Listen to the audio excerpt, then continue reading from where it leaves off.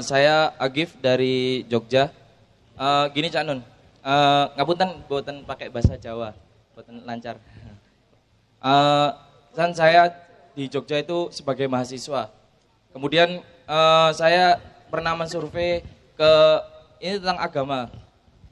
Kemudian saya pernah survei ke Bihara, tempat tempat ibadahnya orang Buddha. Kemudian saya pernah ke gereja, ke tempat ibadahnya orang Kristen. Itu sejatinya kalau yang saya survei dan saya tanya-tanya tentang ke biharanya itu bahwa agama Buddha juga mengajarkan tentang kebaikan, tentang kebenaran. Kemudian di Kristen juga mengajarkan tentang kebaikan dan kebenaran. Kemudian saya sendiri Islam itu mengajarkan tentang kebaikan dan kebenaran. Apakah sejatinya semua agama itu mengajarkan kebaikan, apa kebenaran? Apakah ada yang lebih kebaikan, agama yang lebih baik lagi, itu gimana Cak Nun? Kemudian apakah semua tentang agama itu bisa difikirkan dengan akal? Gitu, terima kasih. Oke, dua jawaban. Karena supaya langsung pikirannya nyambung ya, Rek, ya. Tak jawab langsung. Pertama, agama itu gaenane sapa? Nah, sebutkan ciri-ciri bikinan Allah. Misalnya ono kewajiban ibadah mahdhah. Yang menentukan kon sembahyang ku sapa, sing gawe gerake sapa? Allah dhewe ngongkon Kanjeng Nabi terus awake dhewe niru lak ngono. Itu namanya ibadah mahdhah. Kalau ndak punya ibadah mahdhah itu bukan agama. Ya, ini ya Sik ya. Dik dirungono, Dik. Ya gitu ya. Oke, tapi itu juga ndak perlu dipersoalkan. Saya kasih yang kedua aja. Karena Allah kan secara bertahap menurunkan nabi-nabi. Puncaknya atau mutakhirnya khotamal ambiyanya siapa? Nabi Muhammad. Nah, sadurunge Nabi Muhammad itu Islam tak duduk. Yang dibawa Nabi Musa Islam bukan? Yang dibawa Nabi Isa, yang dibawa Nabi Daud, yang dibawa Nabi Ibrahim, bahkan Nabi Adam dewi Muslim taga.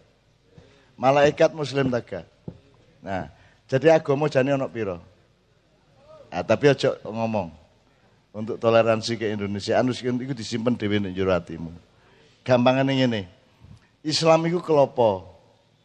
Jadi Kanjeng Nabi iki wis jangkep al yauma akmaltu lakum dinukum wa atmamtu alaikum ni'mati wa raditu lakumul islamadina. Jadi ku nek ibarat wiritan iku wis kelopo. Sebelum kelapa dia apa? Sebelum kelapa apa? Anda kenal kelapa enggak? Sebelum dia kelapa dia apa? Degan, sebelum degan? Cengkir, sebelum cengkir? Nah, aku takon, saya tanya, beluluk, cengkir, degan, kelapa itu 4 apa 1? Berarti agama ada berapa? Nah, Islam itu kelapanya, yang lain-lain itu masih degan, masih cengkir, masih beluluk. Cuman karena dunia tidak paham agama, ono sing agama beluluk, ono sing agama cengkir, ono sing agama degan, sampean beragama kelapa. Monggo sak karepe dhewe-dhewe, nek kate ngrakoti bluluk ya krakotono kono. Ketika jadi kelapa sudah jelas strukturnya dan sudah jelas manfaatnya. Kalau batoknya manfaat apa, sabutnya manfaat apa, airnya manfaat apa, kerambile manfaat apa, belarae, janure, glugune semua sudah bermanfaat. Maka dia menjadi lambang dari Praja Muda Karana atau Pandu. Gitu ya. Gitu ya. Oke ya, jelas ya. Tapi Anda cari sendiri, jangan saya disuruh berfatwa kepada Anda. Karena saya bukan tukang fatwa. Dan saya tidak mau nambah-nambahi kontroversi atau pertentangan antara fatwa satu dengan yang lainnya. Pokoknya Anda belajar sendiri. Yang mana yang agama, yang mana yang bukan agama. Tapi kalau bukan agama gak usah kok tuduh, kamu lah bukan agama, gak usah gitu. Ono arek kok gak tapek ganteng, gak usah ngomong, kono gak ganteng sih. Kono kok rodok merongos si apa. Gak usah ngono ya. Dan tidak apa-apa, hormatilah semuanya, karena semua adalah ciptaan Allah SWT. Gitu ya, tepuk tangan untuk teman kita dari Jogja. Berikutnya, tapi kita batasi ya, 2 lagi ya Mas ya, mohon maaf ya. Tanya. Ada yang dari sini dulu. Tolong yang dari santri dulu. Ya enggak apa-apa. Sampean dulu terus santri ya. Oke. Ya. Asal cepet boleh, 4 boleh. Assalamualaikum warahmatullahi wabarakatuh. Kami biasa dipanggil Kang Musin dari Lampung. Kami ingin menanyakan tentang permasalahan dua perkara yang memang baik tapi sama-sama memiliki kelemahan. Untuk tentang menghafal Al-Quran kan itu sebenarnya juga baik. Cuma itu kadang kebanyakan kasus ini yang menghafal Al-Quran ini tidak mengerti seperti halnya tadi yang dicontohkan, seperti kata-kata wa ma arsalnakum illa tadi terusannya. Nah, itu kan adanya adat hasr ataupun apa, seperti contoh la ilaha illallah dengan Allahu ilahun atau apa gitu. Nah, ini kan untuk Al-Quran ini juga memiliki kelemahan tersebut. Ketika ditanya tentang permasalahan yang lebih spesifik seperti itu kan tidak mengerti. Terus untuk yang mengkaji ilmu pengetahuan pun juga seperti itu. Memang mengerti hal tersebut tapi dia juga hafal Al-Quran. Nah ini ketika ada dua pilihan, disuruh menghafal Al-Quran atau mempelajari ilmu pengetahuan dulu, ini yang lebih dianjurkan untuk didahulukan ini yang mana? Karo ngono ae lho, repot sih. Lapo kate didisikno kita iku kon ya karo-karone ae. Memang baca Quran 24 jam. Nggih, maksudnya kan nggih sampun usaha semaksimal mungkin tapi tidak bisa karena kedua-duanya saling membantu. Kamu belajar pengetahuan, kamu mengagumi Quran. Kamu menghafalkan Quran, kamu menjadi lebih tahu. Kan kedua-duanya sama.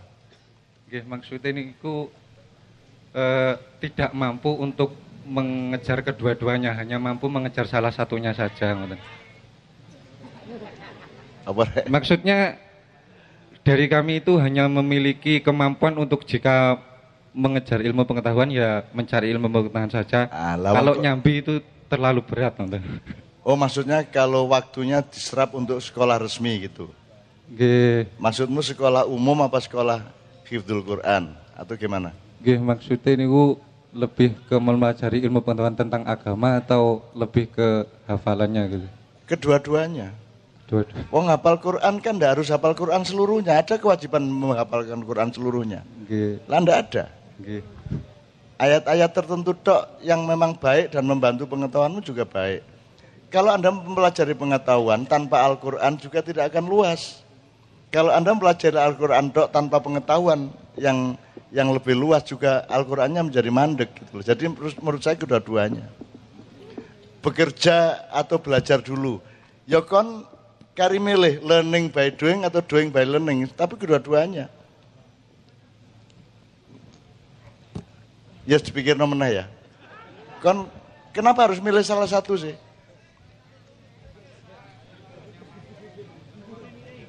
Enggak, kamu setiap orang mampu kedua-duanya. Tinggal kadarnya dikurangi. Nah, anjane kaboten dikurangi tapi kerjakan kedua-duanya. Karena mau enggak mau pikirannya akan ke kedua-duanya. Misalnya dia membaca tadi ayat apa saja tadi, itu pasti pengetahuannya juga muncul. Kalau Anda belajar pengetahuan yang di luar Al-Quran, nanti akan muncul ayatnya juga. Jadi dia justru dialektis. Belajar Quran meningkatkan pengetahuan, belajar pengetahuan meningkatkan Quran, kan gitu. Kedua-duanya kerjasama. Metodemu, jadi soal metode gue ini. Lapo kadek. Kon rabi sih tak nyambut gawe sih, ngono toh? Lho. Ya nyambut gawe karo rabi karo nyambut gawe lah ngono sih. Lah ngono sih urip iku.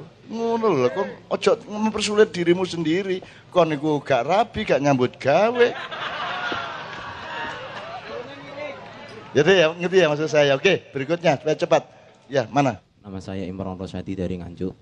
Jadi seperti ini, Pak.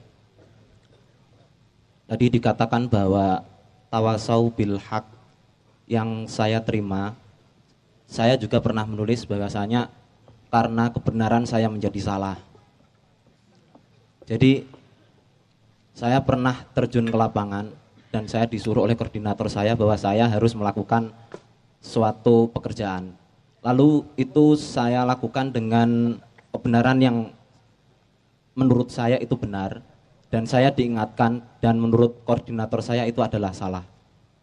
Bagaimana saya sebagai bawahan itu menyikapi atas apa yang telah saya pikirkan bahwa itu benar, ternyata disalahkan oleh koordinator saya. Terima kasih.